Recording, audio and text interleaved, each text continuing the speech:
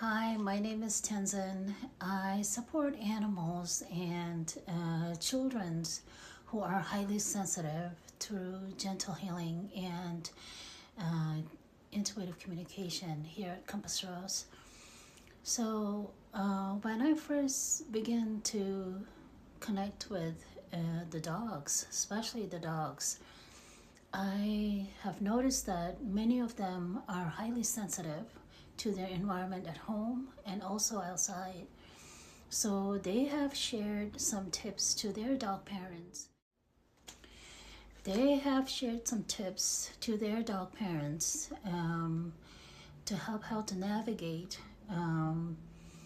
their day-to-day life and build their relationship. So I would like to share those tips here. So if your dog is experiencing high sensitivity or anxiety or nervousness, I hope these tips will help you and your dog. And these came directly from the dogs. They have shared to their dog parents. And I feel like this is really important. This is their voice they're sharing to their parents. And I hope this will really help you build a relationship with your dog. So the first one is collar. They don't like collar, and oftentimes they request their parents to provide them harness instead of collar when they're on the walks. Because it affects their nervous system and vagus nerve. It chokes their neck when they're on the walk, and it affects the vagus nerve.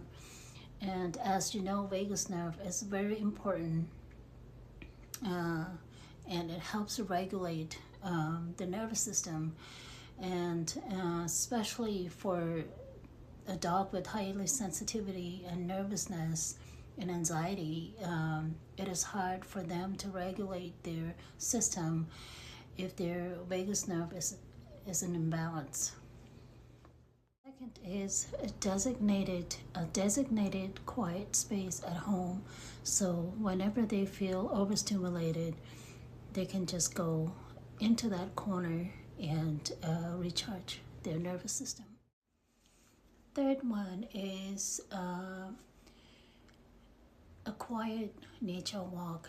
They prefer to go in a quiet nature walk instead of going in a busy, highly intense dog park, because it gets overstimulated really fast in their system, and it's hard for them to bring their system back into balance because of the intensity at the dog park.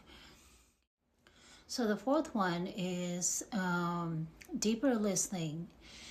Our highly sensitive, beautiful dogs are teaching us that physical listening is not the only way of listening.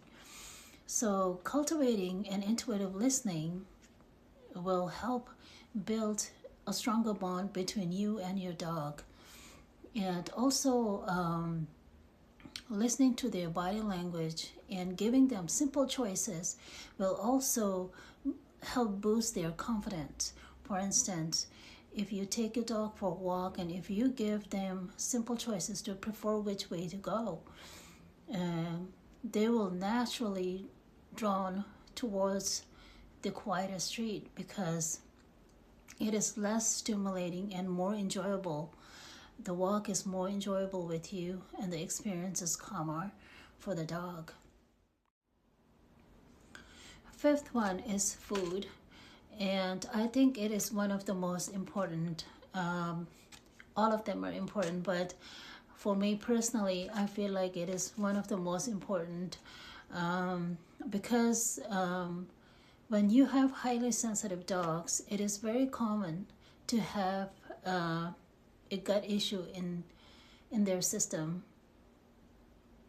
And so oftentimes when I ask them if the food is okay, do you need to change the diet? And they always recommend to look for cleaner ingredients in their food, so it'll be more digestible and more supportive for their nervous system.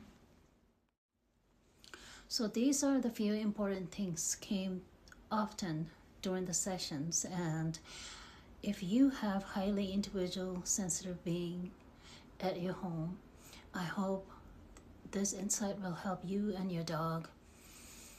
Thank you.